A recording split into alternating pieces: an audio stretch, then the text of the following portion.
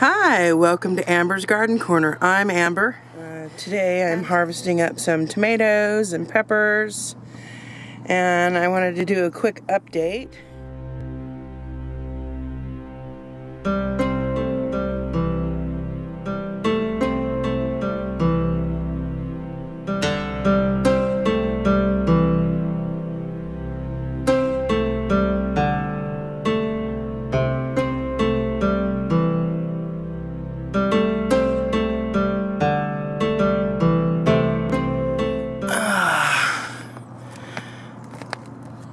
We have my Romanos are coming in, and I need to give them a nice little pruning. I can feel the weather's starting to change. It's going in and out. We've had a lot of rain. We've got a nice day today, which is fortunate. But one of the things with the rain, it also stresses out the plants. So I've been pruning them madly. And we have some of our tomatoes here coming in. Not quite ready on this one. I'm getting a fall crop of some strawberries. Oh, let's see.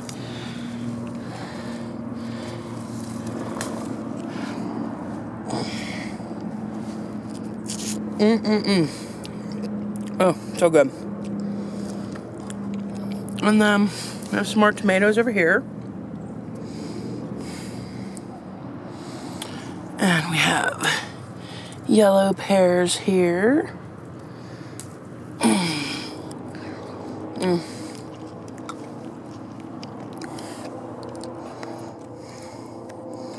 have a bit of corn coming in.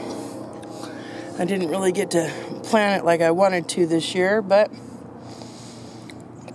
it happens. I had to do a lot of seed gathering with plants, and I used my funds for other things to help improvements for the garden next year, so pretty much used what I had with seeds.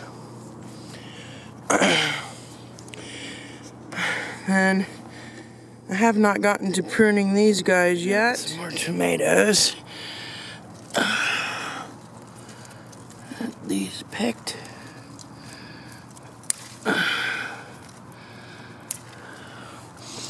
Our winds have been picking up as well. And this one here got a little worse for wear. She tumbled over. I'm still got a lot of pruning to do, but there is a ton of fruit on here. Strawberries in my self-watering container. And if you can see this girl, that is one tomato plant. She has gone wild, and I found that actually when I prune this one, does not do nearly as well. And this is the yellow pear.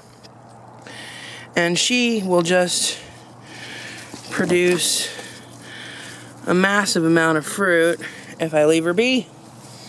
But I have her next to my worm composter. So I compost weeds and stuff that I pick in here and put that in there. There are holes throughout that, and it goes down deep into the bed. I'll put my random worms that I find, and I'll feed them in there. My green beans are still doing good. These are the Kentucky Wonder Beans. My Anabi, I think, got too shadowed out. And then we have some sort of producing there. Lots of new shoots coming up. There's peas. I need to pick them. Another tomato plant. So this was my mortgage lifter. It was an impulse plant that I had purchased. and I am not impressed with her. I doubt very seriously I will go back with her next year. I love the name. The name sounds very promising, but not a very good production. I'm finding that the Russian varieties are much better for my area here. Parsley. So here's the tomatoes from the tomato experiment. I have been pruning them back severely. There was a little mishap and Mark broke some.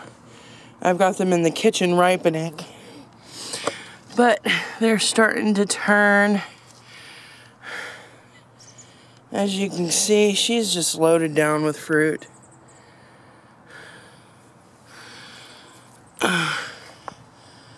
And we have the one planted on the side. And there it is. I seen this yesterday going down the driveway. And we have the one planted level. Here's the one planted level. She has a bunch. That's how they're doing. More peppers. I must have missed it earlier. Look at that. We're gonna have yummy dinner tonight. Well, we have my coleus that was seed sent in from a viewer. This is a chocolate covered cherry coleus. Started from seed. She's doing good. We have some bachelor buttons that I started from seeds that were given as well. Letting that come deadhead so I can collect the seeds. I have been pruning these guys back. As you can see,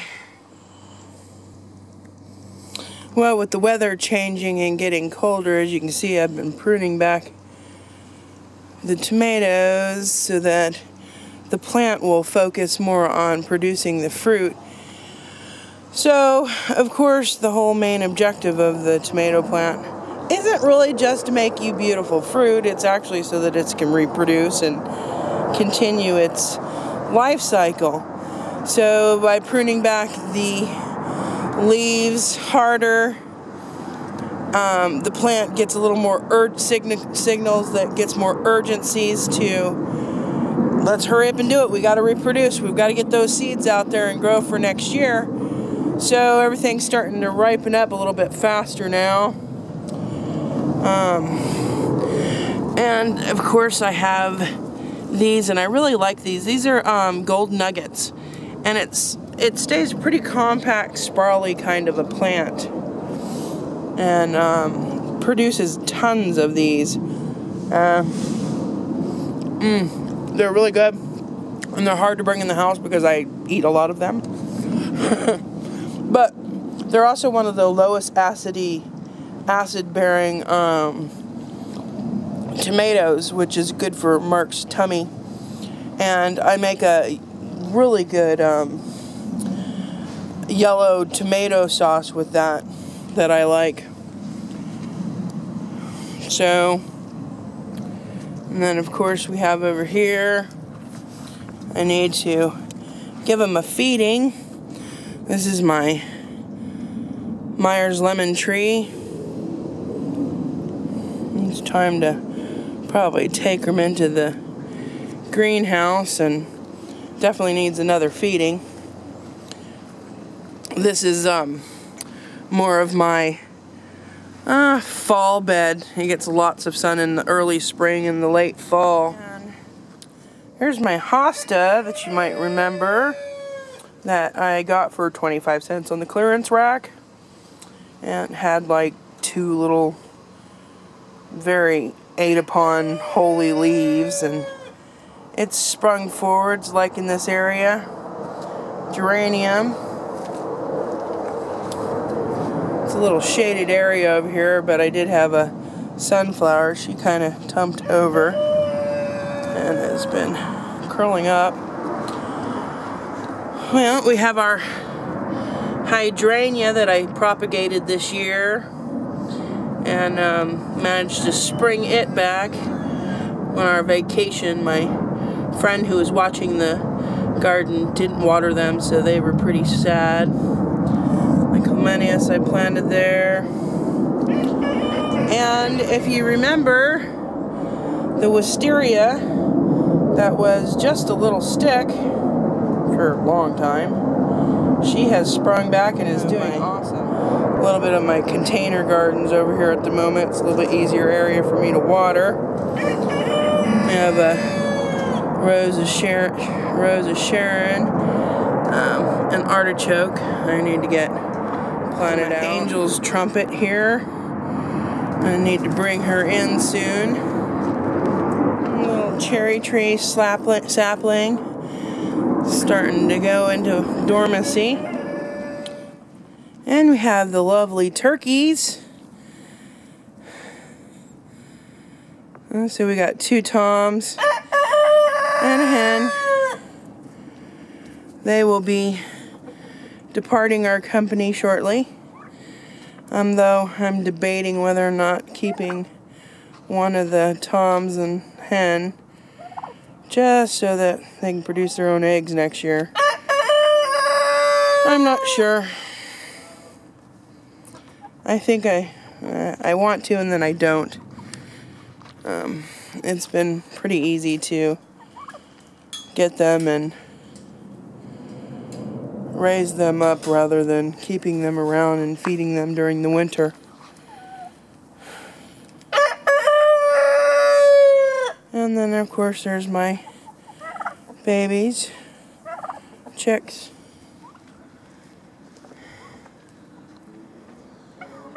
Well, I hope you liked this video.